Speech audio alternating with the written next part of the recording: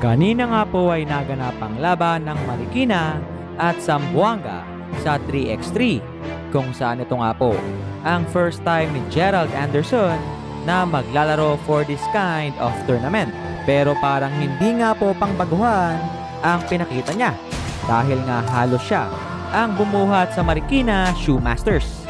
Kaya naman sa ating video mga kabiboy ay atin nga pong pag-uusapan yan. Pero kung bago ka pa lang sa akin channel ay huwag mong kalimutang mag-subscribe.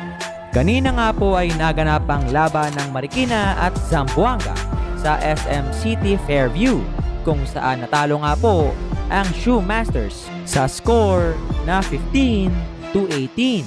Kaya naman sayang dahil 9 na puntos nga po ang naiambag ni Gerald Anderson kung saan ayon nga po kay Gerald good game nga raw ito dahil medyo intense ang laro kung saan okay nga raw ang kanyang unang sabak sa 3x3. Pero kahit nga po maayos ang kanyang first game, tila B positive lang ang kanyang nakuhang grade.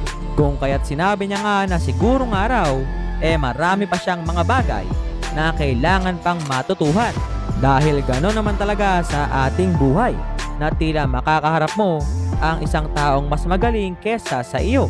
Kaya naman dapat araw-araw may natututunan tayo para nga po pagdating sa bandang dulo, hindi tayo lugi at hindi na pag-iiwanan.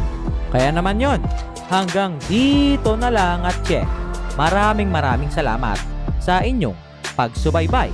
And once again, this is me, Bob GameStyle TV, saying, bye-bye!